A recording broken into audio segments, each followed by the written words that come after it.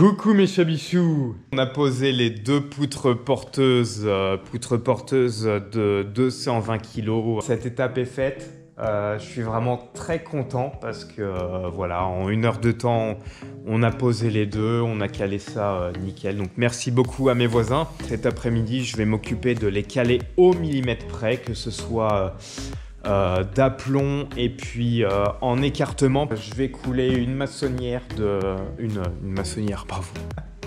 Donc pas une maçonnière, mais une bétonnière de Batichot.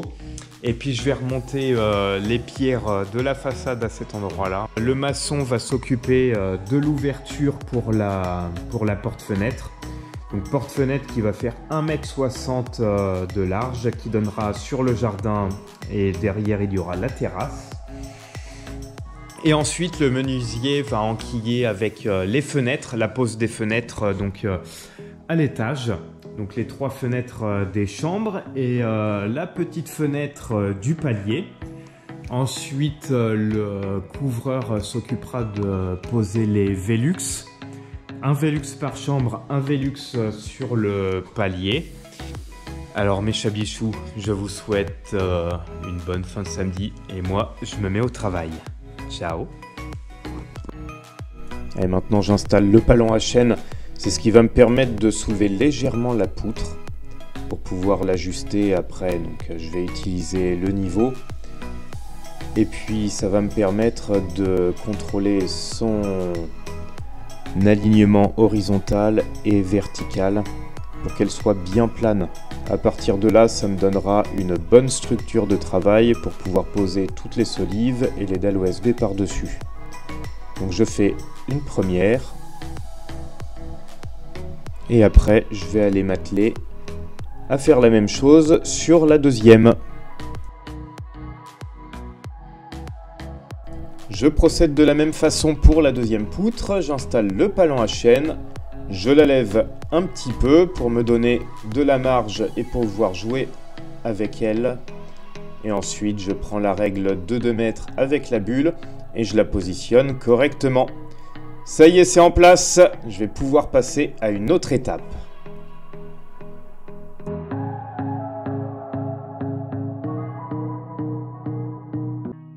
Après le mode charpentier, je passe au mode maçon.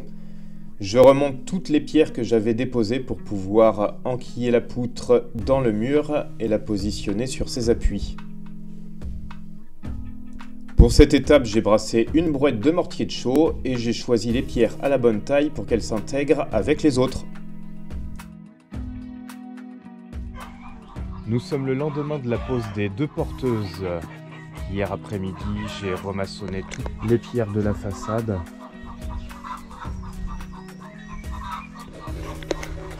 Et aujourd'hui, je vais donc m'atteler à maçonner l'ancrage des poutres à l'intérieur de la maison. On va mettre un peu de lumière. Et voilà, la lumière fut. Donc pour aujourd'hui, maçonnage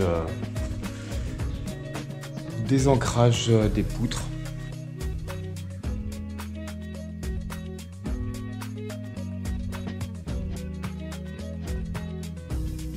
On y est enfin, j'installe le laser. La pose des premières solives va débuter.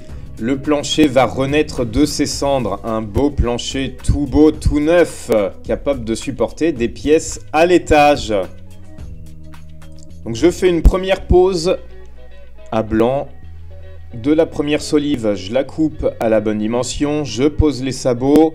Ça va me permettre de voir si tous les anthrax correspondent puisqu'ils ont été déterminés en fonction de la charge qui sera répartie sur les pièces du dessus, puisque chaque solive aura un anthrax déterminé et il y aura également une incidence sur la pose des plaques de l'OSB. Mais ça, je vous l'expliquerai dans un prochain épisode. Et maintenant, je vous laisse en immersion. Donc sur la poutre, j'ai coupé le premier côté. Je coupe toujours le premier côté pour avoir une coupe parfaitement à l'équerre pour le départ. Maintenant, je prends la cote qu'il me faut pour la solive.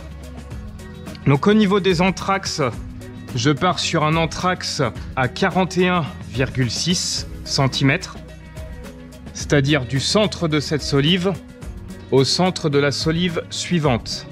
Je reporte ma cote et je viens la tracer. Voilà. Pareil de l'autre côté. Comme ça, j'ai les anthrax entre les solives. Après, je prends la mesure qu'il me faut.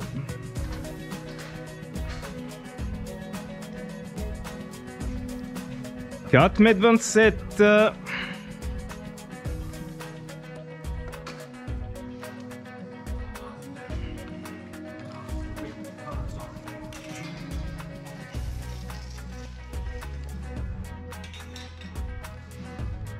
4,27 m, 427.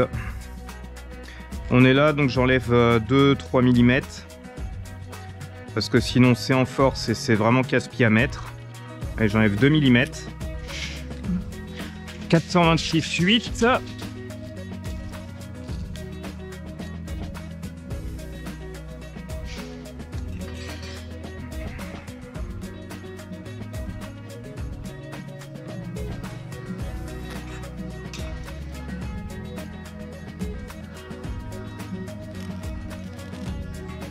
Une fois que c'est reporté, il n'y a plus qu'à scier. Et attention, c'est parti.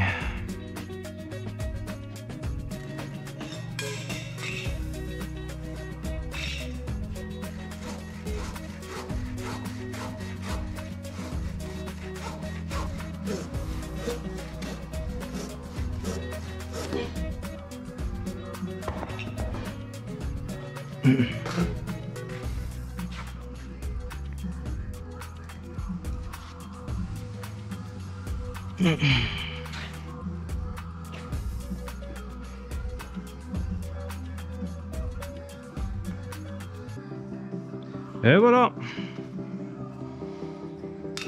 Allez, maintenant on va la mettre en place. Avant de la mettre en place, on va poser les sabots, ça sera mieux.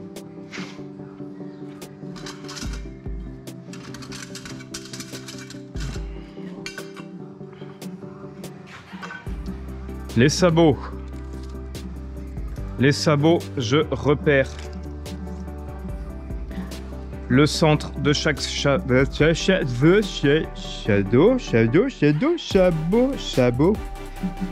Je repère le centre de chaque sabot.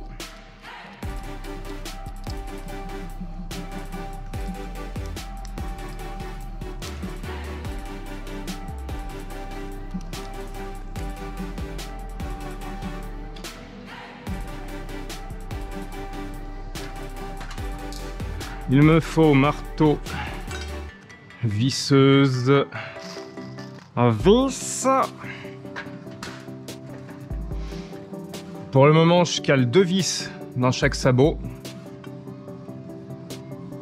Quand j'aurai posé plusieurs solives, j'enquillerai toutes les pointes dans les emplacements. Puis je récupérerai probablement les vis, je sais pas, à voir. Donc là, vous avez des petites griffes permettent d'enquiller le sabot. Ça aide.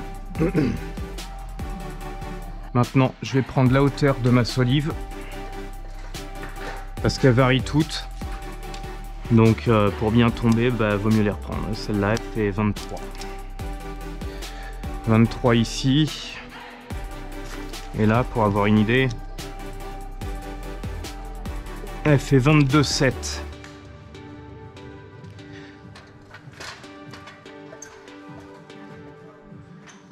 23 là-haut. Alors du 23, ça me fait...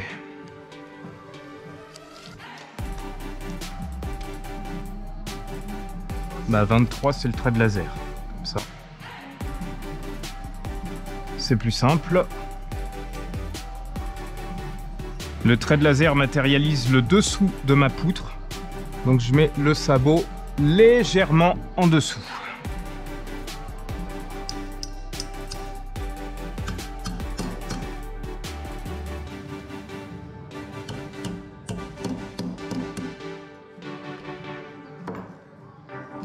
Je contrôle que j'ai bien mes 23, c'est parfait.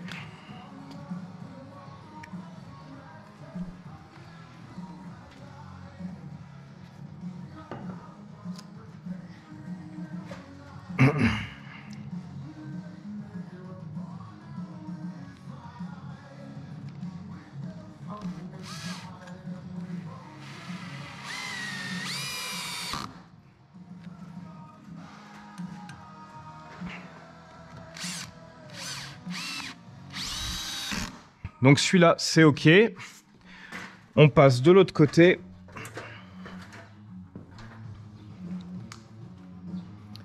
Dans l'autre côté, mon précieux.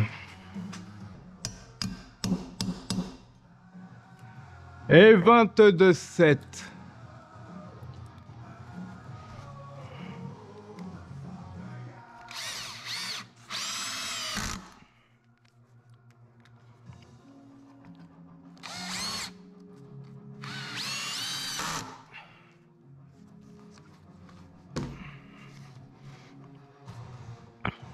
Bon, allez, go.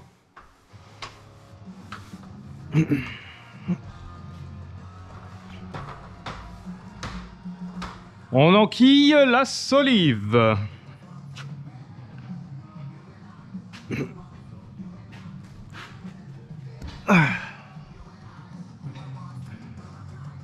Bon, celle-là, elle est lourde. Hein.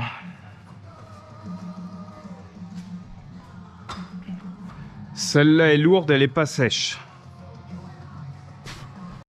J'ai quelques solives qui présentent un taux d'humidité plus important que les autres, donc elles sont beaucoup plus lourdes à déplacer. Je fais attention à mon dos, je le cale bien, et après j'ai plus qu'à contrôler la flèche avec une règle de 3 mètres pour savoir de quel côté je pose la solive. Bon bah c'est pareil des deux côtés, aucun problème. Donc sinon, si le bois fait une flèche, on met le point le plus haut sur le dessus. Et la voûte, j'exagère, mais la voûte vers le bas. Et le point haut au-dessus. Donc là, on s'en fout, il n'y a pas de problème.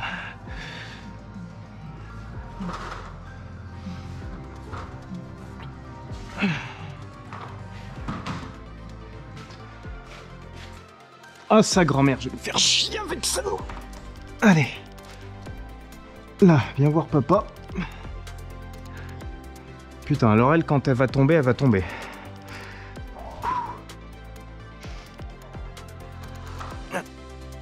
Maintenant, il s'agit de monter la solive, donc lever l'autre extrémité pour venir l'emmener dans le sabot. Et comme elle est lourde, c'est vraiment pas évident. Il faut rester stable pour pas se casser la figure de l'escabeau. Et maintenant, il n'y a plus qu'à la faire glisser pour qu'elle vienne se loger dans les sabots. Ça y est, la solive se présente correctement, plus qu'à mettre quelques petits coups de massette pour bien la faire descendre dans les sabots et l'ajuster à la bonne hauteur. La suite, vous le verrez au prochain épisode.